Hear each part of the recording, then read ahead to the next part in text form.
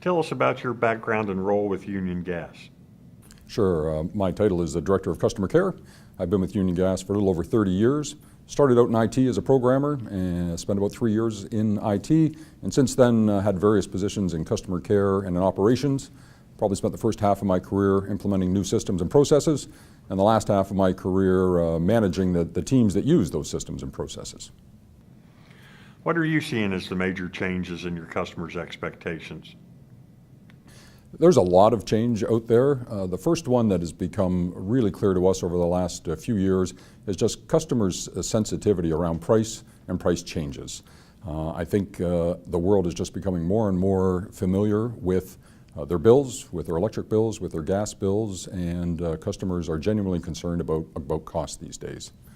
Other things that we see are customers wanting more and more self-serve capabilities. They want to transact more on the internet. And our customers want to be communicated to in the format that they choose.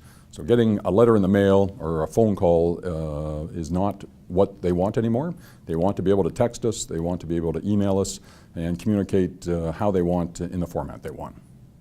What are your key initiatives and projects? Yeah, we're constantly trying to ask our customers what they want and find ways to deliver on it. One of the things we're in the midst of developing and implementing now is that multimodal communication. So if our customers want to be communicated to via email, we'll do that. There's some big savings in that for us. Our utility is located in Canada. A stamp in Canada costs about 78 cents. So every time I can get rid of a letter, I actually save a great deal of money. All of our customers today, we're at 39% paperless. They all get their bill electronically from us, but any other correspondence we do is on paper. So being able to email them, A, is a big win for the customer. That's how they want to be communicated with. And B, is a big savings for us.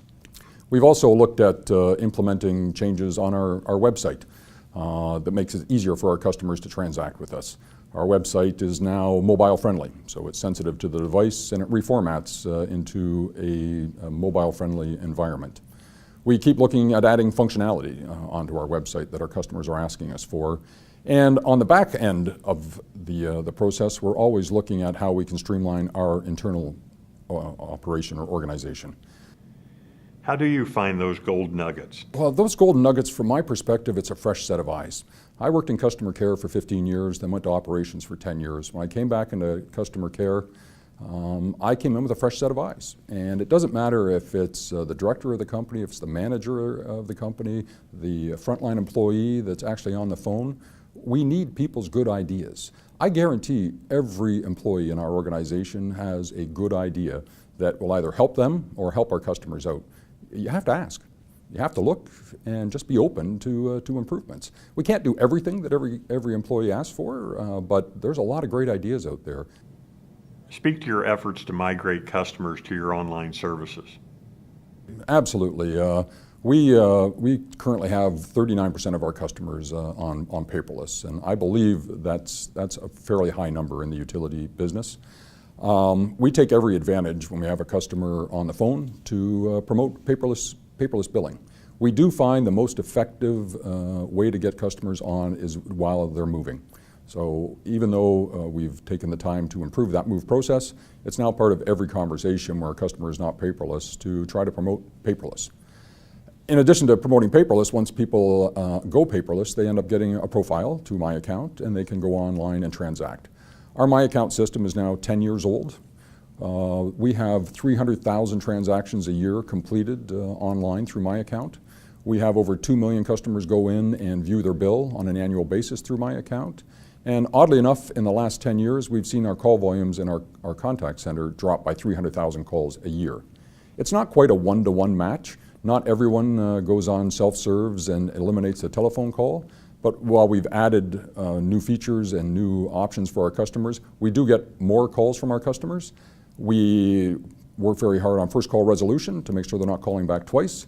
And that combination of new and additional calls over the last 10 years, reducing call volumes through self-serve on the web, reducing call volumes through first call resolution has got us to a point where we are taking 300,000 fewer phone calls over the last 10 years. And we've also added 200,000 customers over the last 10 years.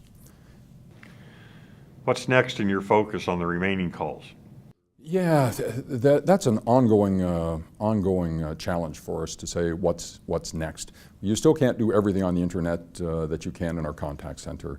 And our challenge is trying to find a way to make that happen. It also means having the business case to make that happen. Every time I can eliminate a phone call and have someone go to the web, that does save me a little bit of money, but it is getting harder and harder to find that next big win. However, that doesn't stop us from trying. But one of the big things we're working on is that electronic communication. So allowing us to text our customers, allowing us to email our customers when they want, how they want that communication to go back and forth. Speak to cybersecurity. Cybersecurity is a priority for all of us. And when I say for all of us, it's a priority for all of our employees. It's a priority for all of us as people. It's not just a priority for our IT group. Our first line of defense around cybersecurity is our employees.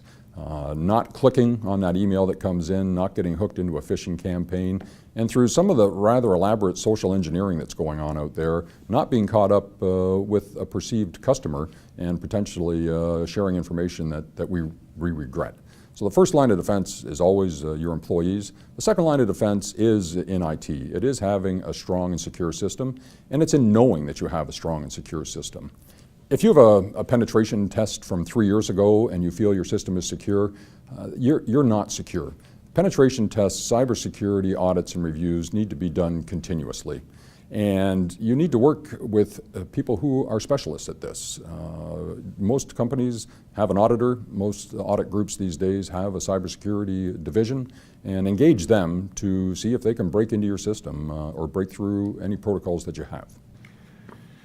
Speak to how you balance cybersecurity with being easy to do business with. Yeah, that's a discussion we frequently have. And if cybersecurity was your sole priority, we would make our customers change their password every 28 days. And we don't do that, and no one does. So what we've done to mitigate that risk is we make sure we have strong passwords. We also have a two-point authentication when a customer creates a profile. And we believe that those strong passwords, that authentication process, reduces the risk around passwords and security, and it's adequate for the environment that we have. There's other things that we do. We have a portal that allows a lot of third-party agencies to provide additional information to us. We could set up that portal and say, well, you need to type in the customer's name and the customer's address, and you need to type in the reference numbers and those kinds of things. But we realize that is not what these agencies want to do. They don't want to do our data entry. So that portal is set up so they can upload a PDF of whatever document they want to share with us. Again, uploading files has a little bit of risk to it, so those files are kept on a third tertiary server. They get scanned for viruses before they're opened, and our employees then open when we know we have a safe attachment. In addition, we use CAPTCHA on that website. So now someone can't create a bot and start doing a mass upload to our system and potentially bring the system down. It can only be a single file at a time. So there are ways to still have good customer experience and mitigate some of the risks that might be perceived out there by our cyber audit team.